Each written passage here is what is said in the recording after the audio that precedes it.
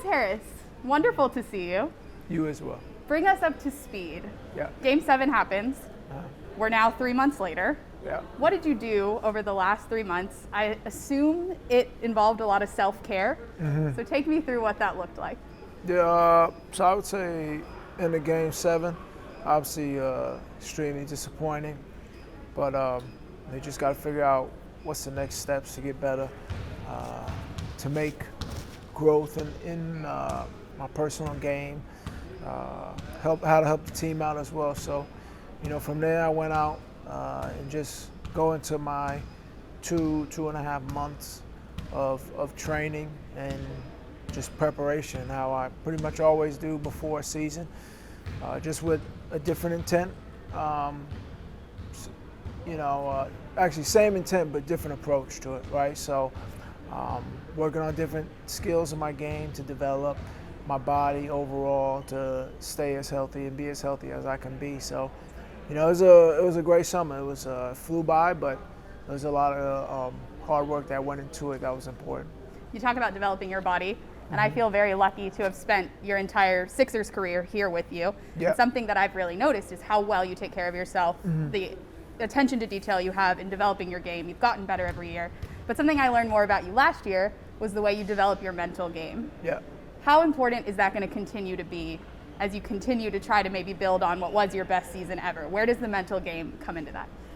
It's a huge element of it. And then I think it's just the ability to be able to adapt through a season. There's a lot of things that come at your way, wins and losses, but just be able to keep your mental space and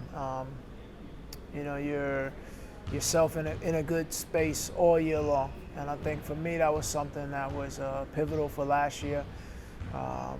Doing a lot of things that allow me to, number one, recover, but also to be better on the floor and off the floor in my own life. So that's always a huge element to success, I think, is your mental. That's something I always will harp on, and that I relate to a lot of other teammates as well. Do you have any mantras right now or mottos that are sticking out for you as you head into this year? I feel like you share a lot of quotes and stuff, and you have a lot of wisdom. Is there anything that sticks out right now? I always share a lot of quotes that directly impact me, right? So, more times than not, like if I tweet out a quote or put it on a photo, it's something that I reflected on for a period of time, or something that hit me that morning that I felt is influential in my life. A motto, I would just say, stay present in every moment, right? I think even like today, it's like this is year 11 for me, and it's media day.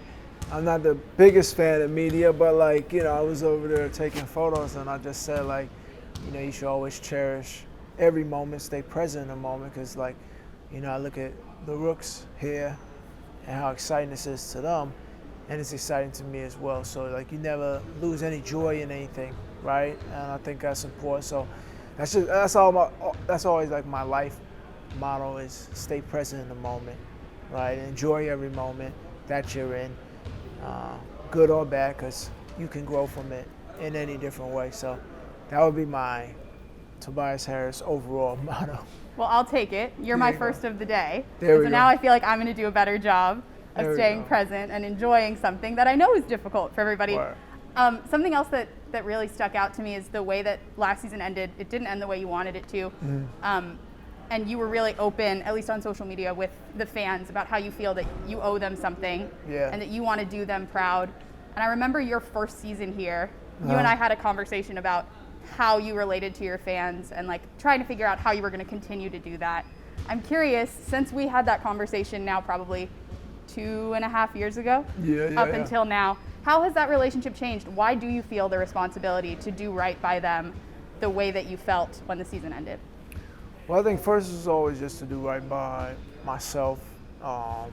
That's first and foremost. And then, the team, guys in the locker room, the organization, and our fans are part of our organization, right? So when we're successful, they're successful, it's vice versa, right? That energy plays its part. So For me, it's just really sitting back and saying, like, we have some of the most exciting fans in the NBA. It's the reason, they talk about home court, that excitement, that joy that they have, kids coming in the arena, seeing us play. And, I believe this city is thirsty for a championship, and we want to bring that to the city. I know I especially want to bring that championship to the city. And that's a huge goal of mine. It's a goal of mine to win a championship in the NBA. And it'd be a dream of mine to do it in Philadelphia. And I do believe, like last year, we had a golden opportunity that just didn't end up not going our way, right? But who's to say we can't get that opportunity again? And I believe we will get that opportunity. It's just a matter of the work we put in for it. But yeah, our fans are pivotal for that. Like, we want to have a parade. Like, we want those things, and we're going to strive for those things. And I play the game for many reasons.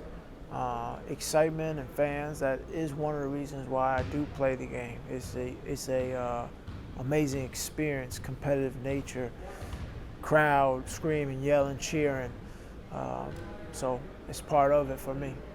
So the goal, if I was going to ask you for what your goal is with the team, I think you just answered it. Yeah. If you had to pick a goal for this season, what would you say that it is?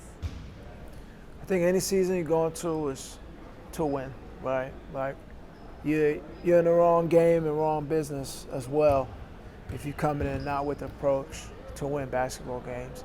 But if I had to really lock in on what would be our number one goal, is to stay focused all year. That's our number one goal, is to stay focused, stay in the moment all year. Only people who really matter is everybody matters, but only people who truly hold weight in this organization is the people in this building, our fans, the people who come support. Like, that's what it's about. So tight-knit, close-knit, Philadelphia, city of brotherly love. Let's show love. Let's go out there, do what we got to do.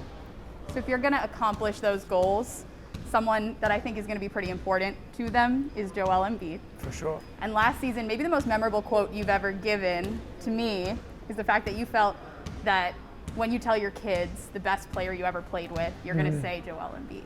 And I think the fact that you have that admiration is really beautiful. But what I'm curious about is how your relationship with Joel has evolved over time. Because it seems like you guys have more of a partnership now. Yeah. And I'm curious what you're expecting out of that partnership this year and how you have seen it change.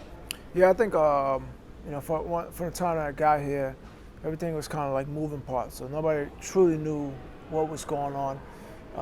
And then when I signed and was here for, signed a 5-year deal, it was like, okay, now this is the group, right? So we've been able to grow on that. And I think that growth has just come from, us communicating. He understands how much I care about basketball, but how important winning is for me. And it's vice versa as well. I understand, I see how hard he works. I see what a lot of people don't see. I think, I've been around to see, I've heard things before I got here, and then, I got here, and, Joel loves basketball. He loves playing. He loves competing, all day. So I've been able to get to know him as well, and then also know him to the point where, when we're out there playing, we can talk to each other. We know how to communicate. So for this year, it's really, for what it is, we're the 2 top scorers on the team, so the ball's going to be coming to us. So, but there's going to be a growth in our games to help one another out, and that's what I've relayed to him. Is I'm going to need you to help the game be easier for myself, as well as I'm going to try to make the game as easy as I can for you. And I think that type of partnership is brutal in the NBA, especially when you look at a guy that plays a 5 and myself that plays 3-4. That tandem is key for going against other teams. So it's something we can really exploit and grow on throughout the year. Another teammate I want to ask you about is Danny Green. You guys are sort of, at least from where I'm sitting, the biggest leaders on this team in terms of veteran status, but wisdom and experience. Danny told me when he came back when he signed his new contract, he came back, he said, you were the first person that called him He said that you were in a really relaxed mode. He said you had a cigar. He said you were really excited. So take me through that. How excited are you to work with Danny again as leaders? I was excited. I think he is that piece for us in the playoffs that we truly missed. But all year long, he was super solid for us. I think when we went on that stretch, when we played New York at the Garden, we went and played LA, Golden State, like he was like the MVP of that trip, right? And I think all throughout the whole year, just stable. He's a winner. He's been there. He's got 3 rings. But somebody I grew up with, grew up in Long Island. We lived 10 minutes, 15 minutes away from each other. We'll see each other in different circles, like workout-wise. I mean, he's older than me, but he's somebody I look up to as a young kid coming up. So to be able to play with my brother, be around him every day too, it's just an honor. And I think it's like, what are the odds? You know what I'm saying? So it's awesome. Speaking, and this is how we'll wrap it up, speaking of that kid in Long Island, this is something I want to ask all of you guys. Mm-hmm. If you could give him some advice, if he's going through a hard time, I don't know what age in your teenage years was the hardest, but if you could give that kid some advice from where you're sitting right now, what would it be?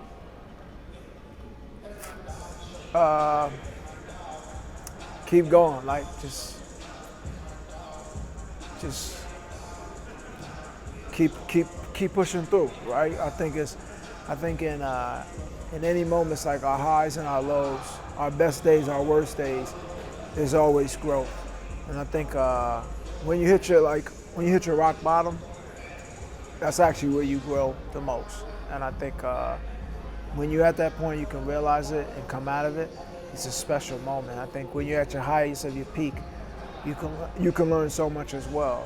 You can get stuck there and think everything is sure and fine and not be able to handle a setback. So stay even ground, but at the same time, keep going because there's growth in every situation, high, low, in the middle. So keep going. That's it.